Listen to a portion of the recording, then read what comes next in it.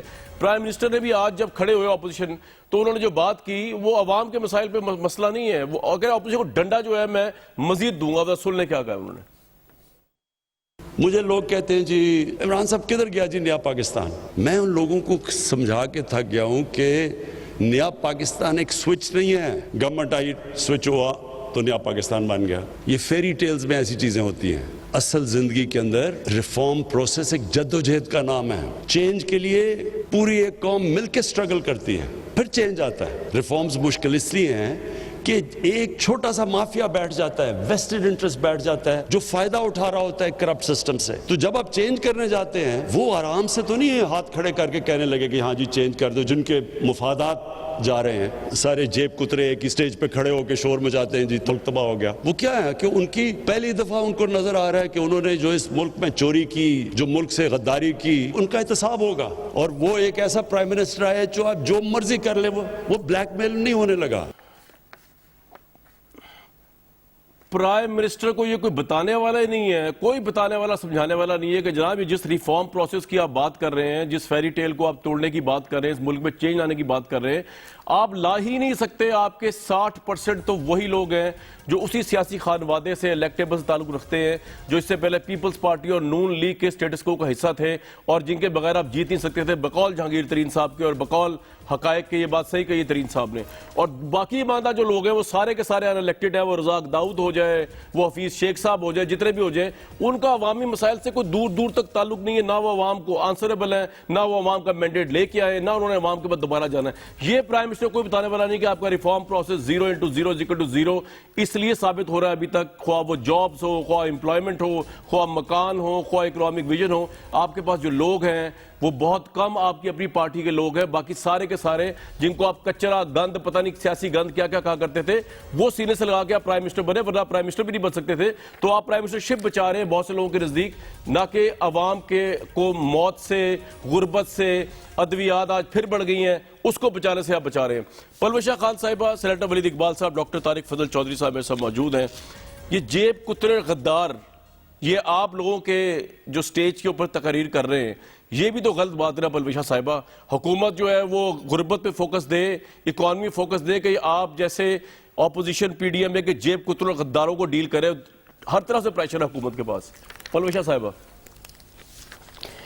بہت مہربانی کامران شاہد صاحب. ولید اقبال صاحب سے معذرت کے ساتھ, اب کچھ باتیں شاید انہیں پسند نہ آئیں, یہ اپنی پارٹی کے اچھے شریف لوگوں میں ہیں. میں سخت زبان استعمال نہیں کرنا چاہتی, لیکن کچھ جوابات جو ہیں وہ ضرور دینے پڑتے ہیں.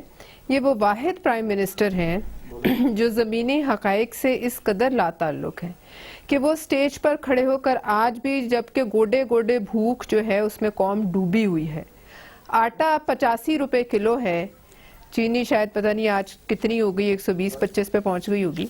مجھے بتائیے کہ وہ آج بھی کھڑے ہو کر اگر کسی بارے میں بات کرتے ہیں تو یہ کہ ایک طرف اپنے منہ سے خود ہی اپنی تعریف کہ وہ پرائم منسٹر آیا ہے جو یہ باتیں, ان کو کوئی یہ بھی سمجھائے کہ تعریف کروانی ہوتی وہ دوسروں سے کروائی جاتی.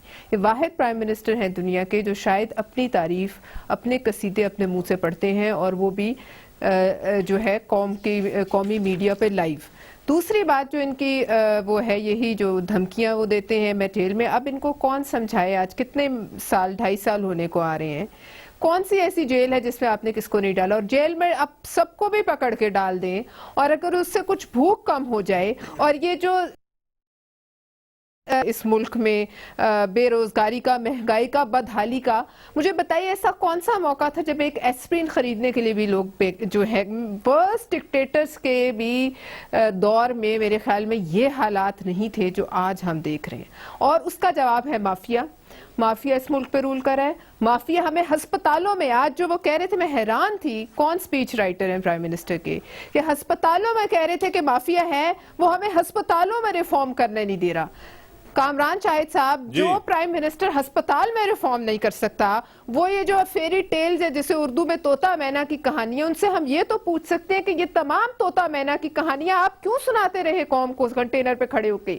آپ نے کیوں پورے پچھلے 5 سال اور اس سے پچھلے 5 سال یہ نہیں کہا کہ جو کچھ میں آپ کو کہہ رہا ہوں کہ 90 دن میں کرپشن ختم ہوگی، 200 ارب آئیں گے، 10 ارب روزانہ کی منی لانڈرنگ ختم ہوگی، میں قرضے نہیں لوں گا، میں یہ کروں گا، میں وہ کروں گا، باہر سے لوگ نوکری کریے، تمام طوطا مینا کی کہانی ہے۔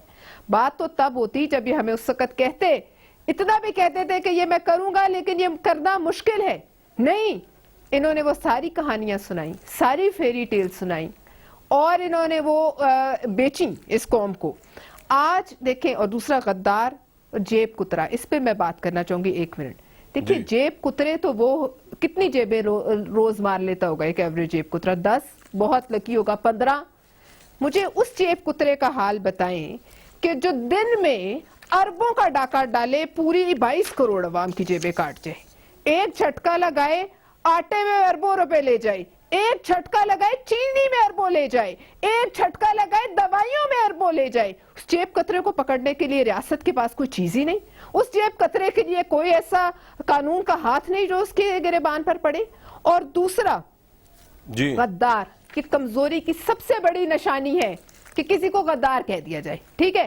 اب بات یہ ہے کہ جو آج ایاز صادق صاحب نے کہا ہے کہ یہ ایسے خوف زدہ تھے کہ جس کو ایئر فورس نے پکڑ کے آپ کے حوالے کیا، جو ہمیں بم پرسانے آیا تھا، ابھینندن، اس کے اور بھارت کے خوف سے ایسے لرزے کہ انہوں نے منت کی کہ اس کو چھوڑے، اور آپ نے دیکھا کہ اس کو کس طریقے سے یہ کپڑے شپڑے پہنا کے سوٹڈ بوٹڈ اس ایشو پہ بھی آتا ہوں میں، کشمیر اور انڈیا پالیسی پہ، لیکن پہلے ذرا اس پہ ہی رہتے ہیں۔ پرویز صاحب آپ نے جو پوائنٹ ریز کیا ہے، جی میں اس پہ آتا ہوں، آرٹیکل لگتا ہے، میں 1 منٹ اس پہ آتا ہوں میں، لیکن ولید اقبال صاحب کیونکہ میں نے بھی خاصا کرٹیسزم کر دیا اور شروع میں آپ نے بھی کر دیا تو ان کے پاس رائٹ ہے رسپونڈ کرنے کا۔ ولید اقبال صاحب، آپ کی حکومت، آپ بھی لوگوں کو ملتے ہیں، آپ لائر بھی ہیں، آپ خود بھی بے بسی نظر آتی ہے آپ کو؟ عوام کی بے بسی بھی، اپنی بے بسی بھی، یا بالکل ایک فضول سی یہ انالیسز ہے، کوئی ایسا مسئلہ نہیں ہے؟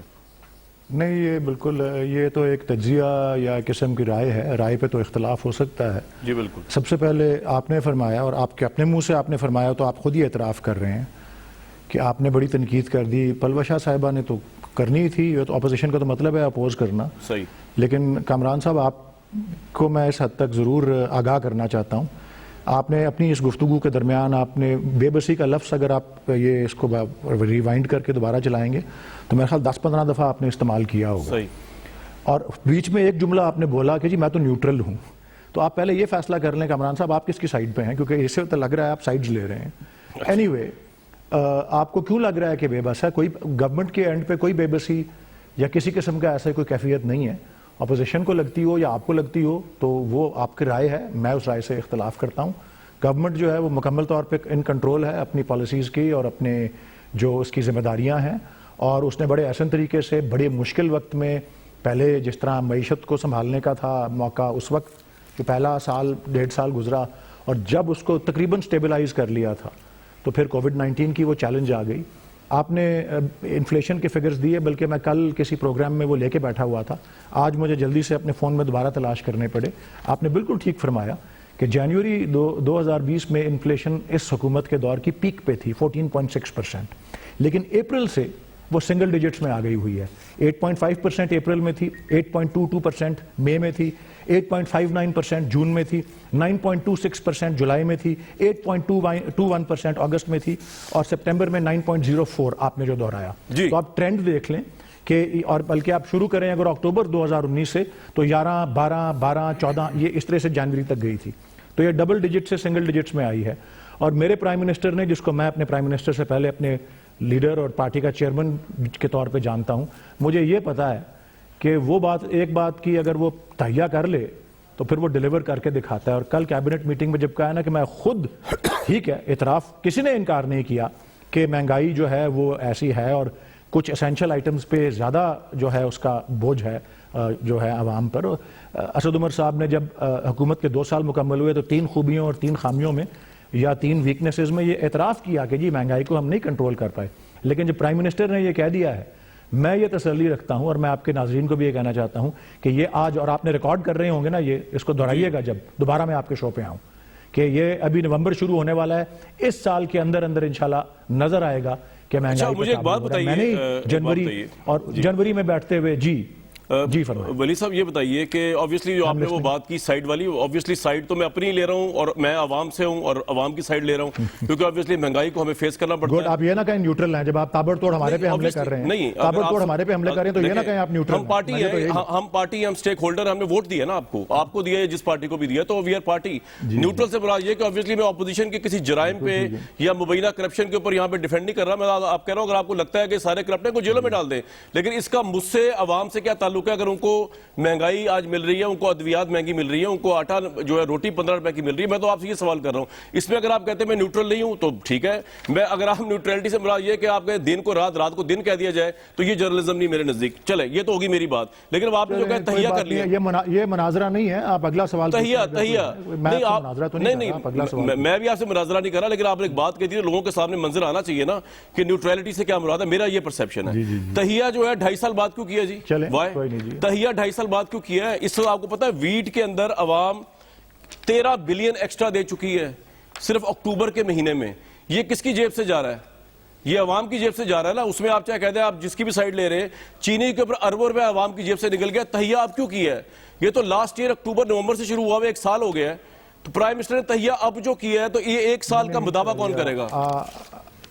جی آپ اس کو غلط سمجھ رہے ہیں. ایک تو تہیہ دیکھیں, تہیہ ایز اے گورنمنٹ تو بہت پہلے اس بات کو ہوا تھا. کس کو یہ, کون سی گورنمنٹ یہ چاہتی ہے کہ مہنگائی ہو اور خاص کر ایسینشل آئٹمز کی ہو؟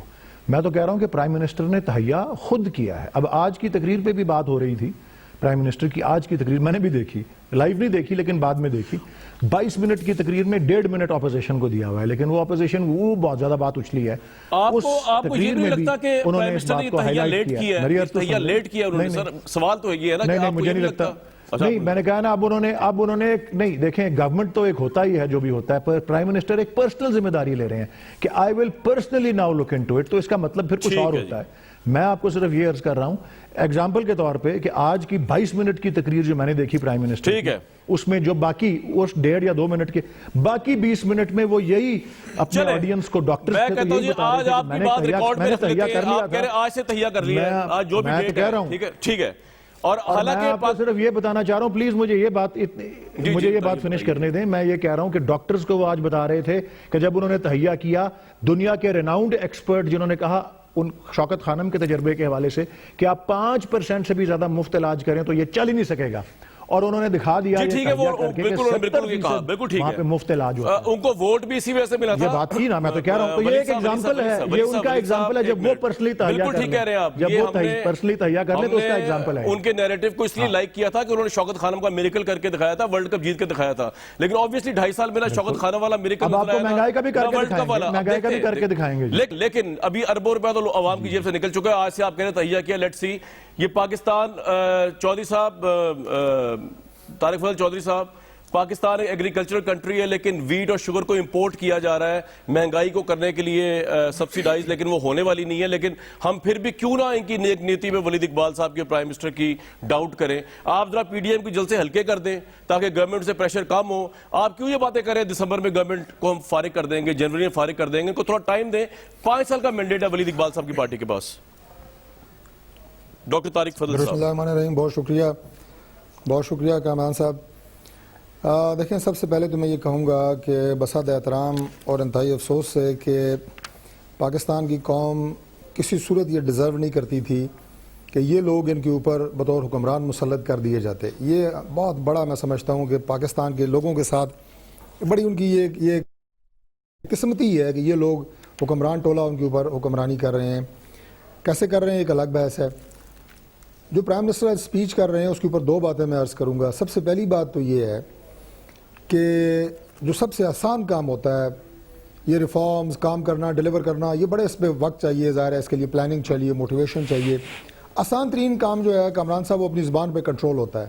یہ بھی ان کے پاس نہیں ہے. جو آپ نے بے بسی کا لفظ استعمال کیا نا, بالکل صحیح استعمال کیا. اور یہ جو ہم دوسروں پہ اس طرح کے حملے کر کے یہ جیب کترے اور فلان لفظ استعمال کرتے ہیں, بیسیکلی میری جو زبان کے اندر شائستگی یا غیر شائستگی ہوگی, that is connected to my blood. اس سے زیادہ میں کچھ نہیں کہہ سکتا. کہ یہ آپ کے خون کے اندر ہوتا ہے کہ آپ اپنی زبان میں کتنی شائستگی اور کتنا آداب اور کا لحاظ اور خیال کرتے ہیں. تیسری بات یہ ہے جی کہ واٹ کین آئی سے اباؤٹ اے پرائم منسٹر کہ جس کو ڈالر کا ریٹ اگر ملک میں جس سے آپ کو پوری چیزیں ہل جاتی ہیں, ڈسٹرب ہوتی ہیں, وہ اس کا شوٹ کرنا اور آسمان سے باتیں کرنا ڈالر کا, وہ پتہ لگتا ہے ٹی وی سے, اور یہ پتہ لگتا ہے اس کو کہ میں پرائم منسٹر ہوں اپنی قابل احترام بیوی سے. یہ حالت جس پرائم منسٹر کی ہو اس کے بارے میں اس طرح کے الفاظ استعمال کرنا, اپوزیشن کو رگڑنا.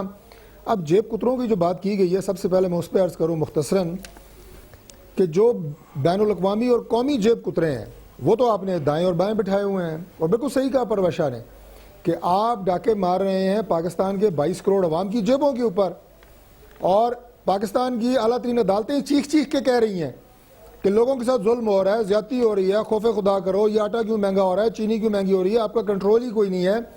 بجلی کے بلوں کے اوپر آبزرویشنز آئی ہوئی ہیں عدالتوں کی, گیس کے اوپر کوئی بندہ پرسان حال ہے ہی نہیں.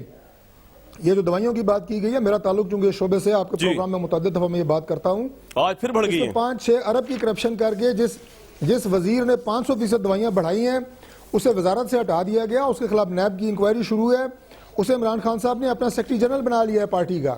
یہ ان کے احتساب کا میں آئینہ دکھا رہا ہوں کہ یہ آپ کا احتساب ہے. جو لوگ چور ہیں, کرپٹ ہیں, وہ آپ کے ساتھ بیٹھے ہوئے ہیں اور آپ کو کوئی پرواہ نہیں. اپوزیشن کے خلاف جو نعرہ لگایا گیا ہے جناب احتساب کا, وہ بھائی ضرور کریں. میں تو کہتا ہوں کہ جس نے پاکستان کے قومی خزانے کو لوٹا ہے اس کا احتساب. طارق صاحب لیکن میرا سوال یہ تھا آپ سے, ٹھیک ہے یہ پروگرام ہم کب سے کر رہے ہیں جی, کون سا یہ والا پروگرام, لیکن اس کے اوپر جو سیاسی انتقام کا نشان آپ اپوزیشن کو بنا رہے ہیں, لیکن میرا سوال یہ سر کہ آپ بھی تو ان کی دیکھیں, انہوں نے تہیہ اگر آج سے کر لی ہے, چلیں جو ہوا سو ہوا, تہیہ آج سے کر لیا ہے, مان لیتے ہیں ان کی بات, تو اب آپ یہ جو پی ڈی ایم کے جلسے پلیٹ فارم ہے اس کو تھوڑا ایکسٹینڈ نہیں کر سکتے, تھوڑا نیگوشیٹ نہیں کر سکتے, اس کو ڈائی ڈاؤن نہیں کر سکتے, یا آپ کہہ رہے ہیں کہ نہیں ہم نے تو اس پہ ہی رہنا ہے روٹ پہ, ہم نے تو گورنمنٹ کو کھاڑ پھینکنے کی جو کوشش کرنی ہے وہ کرنی ہے. دیکھیں جی, دیکھیں بات یہ ہے جی کامران صاحب, آپ نے جو پروگرام میں اپنا تجزیہ کیا شروع میں ذاتی طور پہ سمجھتا ہوں کہ آپ نے بحثیت ایک پاکستانی تجزیہ کیا ہے. آپ کو یہ مشکلات نہیں ہیں جن کا آپ نے ذکر کیا, آپ کو اللہ تعالیٰ نے اس پریویلیج کلاس میں بنایا ہے جو پاکستان میں 1% بھی نہیں ہے, 1% بھی نہیں ہے. 99% لوگ جس عذاب سے گزر رہے ہیں ان کا موقف پی ڈی ایم کے جلسوں میں آ رہا ہے کہ لوگوں کی جو تکالیف ہیں وہ جو جلسوں میں جو لوگ پوچھتے ہیں ہمارے, وہ ان سے پوچھتے ہیں کہ بھائی روٹی کتنے کی لے رہے ہو, تنخواہ کتنی, آٹا کتنے کا مل رہا ہے, چینی کتنے کی مل رہی ہے. یہ لوگوں کے مسائل ہیں. آپ کا خیال ہے کہ اگر یہ لوگ مزید کچھ عرصہ اس ملک کے مسلط رہے, لوگوں کی جو ہے وہ چیخیں نکل گئی ہیں. پاکستان کی عوام جس تکلیف میں ہے, میں آپ کے یقین کریں بڑے سینئر تجزیہ کار, کس کس کا نام لوں, خدا کی قسم پروگراموں میں رو پڑے ہیں میرے ساتھ, آنسو نکلے ہیں ان کے کہ فلاں خاتون سے ہماری بات ہوئی اور اس نے کہا بچیاں 18-19 سال کی کہ ہم آپ کے ساتھ جانے کے لیے تیار ہیں, میرے بچوں میں میرے والد کی ٹریٹمنٹ کے میرے پاس پیسے نہیں ہیں, مائیں بچوں کی فیسیں نہیں دے پا رہی, غریبوں کی بستیوں کو آپ دیکھیں. یہ باتیں کر سکتے ہیں, ہم خود یہ سارے رشتے رکھتے ہیں. آپ اندازہ لگائیں کہ یہ خوف سے کانپتا نہیں ہے انسان. اور یہ لوگ جن کے کتے آگے بھی نہاتے ہیں امپورٹڈ شیمپوؤں سے, انہیں کیا پاکستان کی عوام کے ساتھ کیا گزر رہی ہے. بس آتے ہیں جناب امراض سعید کو آپ دیکھیں, پی ڈی ایم کے لیڈر دیکھیں, محمود خان اچکزئی, مینگل صاحب, مولانا فضل الرحمان صاحب, بلاول, مریم, اور بڑے بڑے نام ہیں. اور یہ اس کی کیا بیچارے کی یار کیا پوزیشن ہے اور کیا حیثیت ہے. این آر او کس نے مانگا ہے بھائی تم سے؟ این آر او 2 دفعہ تم نے نواز شریف کو پکڑا, 2 دفعہ اس کی بیٹی کو گرفتار کیا, 2 دفعہ شہباز شریف کو پکڑا, ان کے بچوں کو تم نے اشتہاری کیا ہوا ہے, بیٹیوں تک کو عدالتوں میں بلا رہے ہو. شرم نہیں آتی؟ این آر او کس نے این آر او مانگا ہے؟ کون سا این آر او تم لوگوں نے دیا ہے؟ اور کیوں لوگوں کو بیوقوف بنا رہے ہو یار؟ تم لوگوں کی کون سی حیثیت اور اوقات ہے این آر او تم لوگوں کو؟ آپ پیچھے نہیں ہٹیں گے, سمجھ آگے مجھے بریک کے لیے کہا جا رہا ہے. یہ بڑی زیادتی ہے. میں آپ کو عرض بڑے اہم ترین بڑے اہم ترین سوالات جو میں نے پوچھ رہے ہیں. مجھے مناظرہ جو ہے obviously پڑھے لکھے لوگ کرتے ہیں, اور مجھے امید ہے کہ جب میں سوالات پوچھوں گا ولید اقبال صاحب سے, اور میں کہہ رہا ہوں کہ obviously ٹف سوالات اس لیے ہیں کیونکہ عوام ٹف حالات سے گزر رہے ہیں اور عوام کے ساتھ کھڑے ہیں ہم obviously, اور عوام سٹیک ہولڈر, عوام نے آپ کو یہاں تک پہنچایا ہے. تو مناظرہ پڑھے لکھے لوگ کرتے ہیں, ولید صاحب بھی بڑے پڑھے لکھے, اس کو مناظرہ ہی سمجھ لیں, لیکن کوئی اس میں پرابلم نہیں ہے. امریکہ میں بھی ڈیبیٹس ہوتی ہے, اس کے بعد فیصلہ ہوتا ہے پریزیڈنٹ ڈیبیٹس کہ یہ بندہ اس قابل ہے کہ نہیں, اس کو الیکٹ کیا جائے as a president of America. ایک بریک کے بعد واپس آؤں گا جی.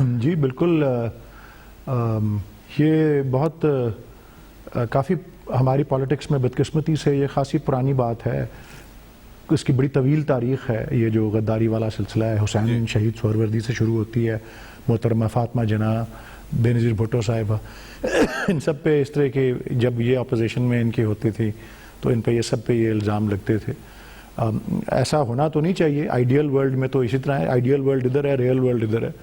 ہم ریئل ورلڈ کو آئیڈیل ورلڈ کے جتنے قریب لے آئیں اتنا اچھا ہے. لیکن میں ضرور یہ جو کچھ نکات اٹھائے گئے ہیں، پہلے جو چلیں یہ بات مہنگائی اور ایسینشل آئٹمز جو خصوصاً 2 ہیں ان کی تو ہو رہی ہے، لیکن جب میڈیکل ٹریٹمنٹ کی بات آئی تو پرائم منسٹر نے اس کا بھی ایک حوالہ دیا اپنی آج کی گفتگو میں. اسے ہم کو نظر انداز نہیں کرنا چاہیے. اور بڑی اہم بات میرے خیال ان دونوں پارٹیز کے لیے یہی ہے. ہمارا اپنا سبق پرائم منسٹر نے بتایا کہ کے پی میں جب گورنمنٹ ہمارے پاس 5 سال تھی وہ مخلوط گورنمنٹ تھی، کولیشن کی، اور کبھی کوئی ایک پارٹی لگاتار 2 دفعہ وہاں منتخب ہو کے نہیں آئی، کے پی میں یا NWF میں اس سے پہلے جو اس کا نام تھا. یہ پہلا اگزامپل ہے PTI کا، اور 80% کے قریب سیٹس ملی. اور اس کی ایک بہت بڑی وجہ جو پرائم منسٹر نے بھی آج گنوائی، میں بھی ایگری کرتا ہوں اس سے، وہ صحت کارڈ تھی.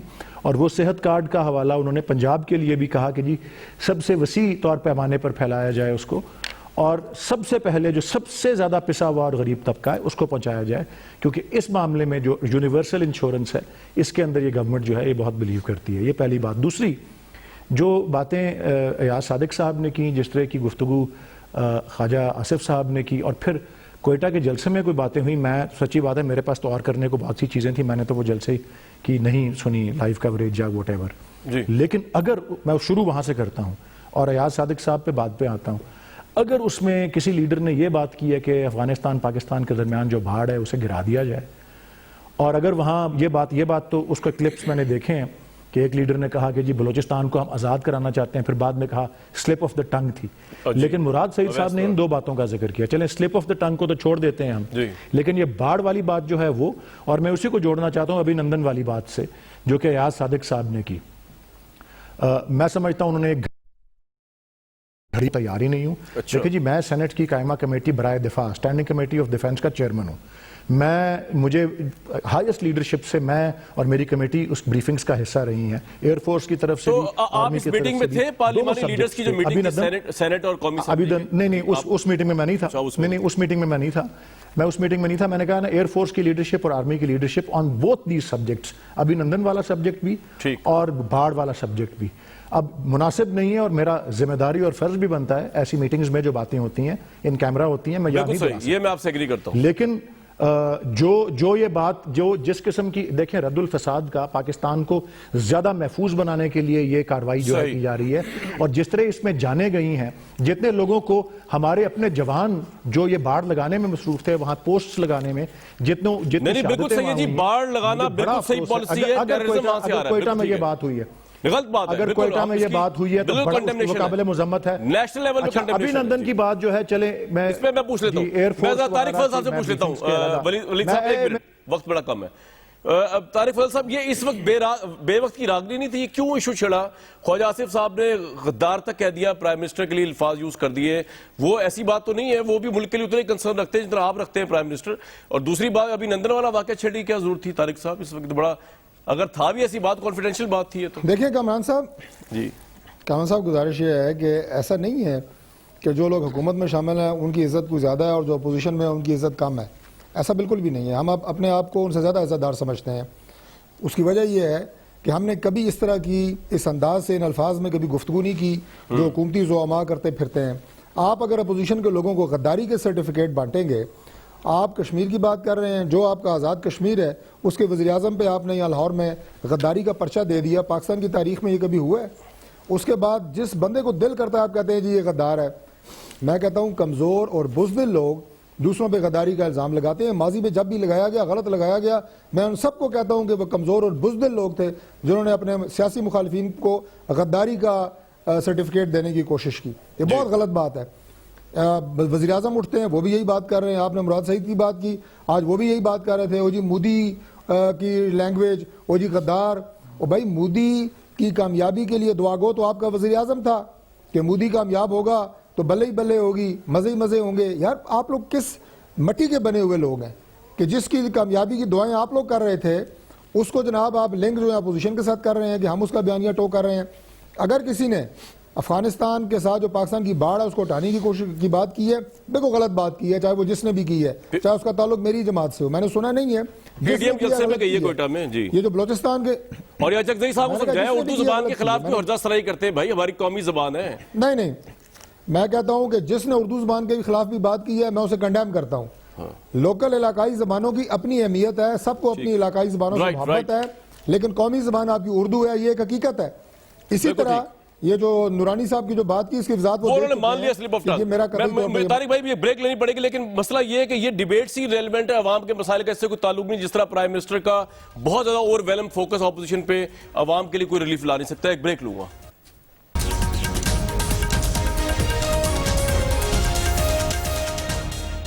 تمام تر مایوسی کے باوجود ویورز عمران خان صاحب سے ابھی بہت سے لوگوں کو بہت امید ہے, اور رائٹفلی امید ہے. ایک آنیسٹ آدمی ہے, کنسرن رکھتے ہیں عوام کا, اور ہم امید رکھتے ہیں کہ یہ تہیہ کہہ رہے ہیں آج سے کر لیا, چلے آج ہی سے کر لیا اگر تو اس کے ریزلٹس پھر دیکھتے ہیں کیا آتے ہیں. ہم بھی ادھر ہی ہیں, وہ بھی ادھر ہی ہیں انشاءاللہ. مجھے دیجیے کل تک اجازت.